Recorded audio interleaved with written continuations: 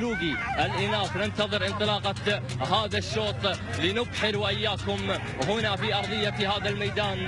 إذا بسم الله وعلى بركة الله انطلق أول الأشواط. شوطنا الرئيسي ينطلق هنا أمامكم مباشرة في الكادر العلوي. انطلق مع أول المنطلقات لأرى هناك فراشة. إذا من بدأت تفرش الميدان فراشة اللطيف بن سعد بن عبد اللطيف في مقدمة هذا الشوط، ولكن أرى التغيير السريع الذي طرأ على مقدمة هذا الشوط.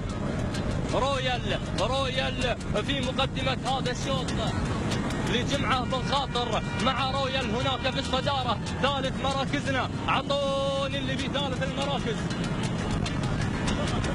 اللي في ثالث شغب من بدأ إذا بإعلان الشغب للشيخ علي بن عبد الله الثاني. يا سلام يا أهالي الدوحة، أهالي الدوحة متواجدين في هذا الشوط. يا سلام يا الشغب ولع الشوط.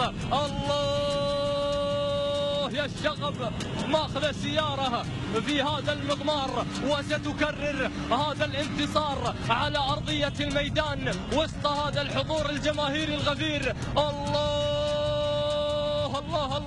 مسافتنا هي الكيلوين ونصف متر هنا على أرضية هذا الميدان في مهرجان سلطان بن زايد التراثي. ولكن الله يا الشغب خذت التعليق والتصوير والجماهير، وقول عيني